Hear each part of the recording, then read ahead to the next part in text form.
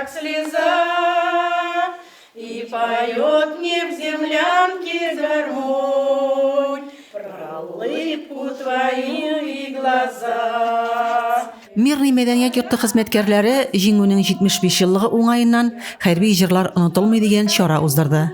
Аның максаты хәрби җырларны саклау, онытмау. Аңа өлкәннәр һәм шәһәребезнең 5нче мәктәбе укучылары чакырылды.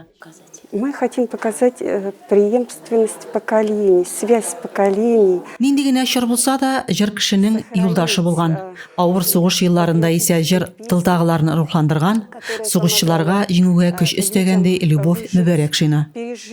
Мәдәният йортының Ивушка вокаль ансамбле күп еллар бистә генә түгел, шәһәр күләм чараларда катнашып килә. Әлеге чарада да алар актив булды. Очрашырга килергә теләк белдерүчеләр шактый булса да, 65 яшьтән өлкән апаларга килү шикләнде. Хәрби җырларны барлык буында белә, хәтерли. Шуңа да бу җырлар яшәячәк.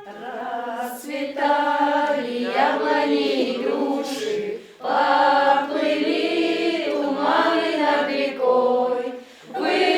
Выходила на берег Катюша, на высокий берег, на крутой. Рәзимә Кашапова, Юлия Казамарова, Татарстан хәбәрләре.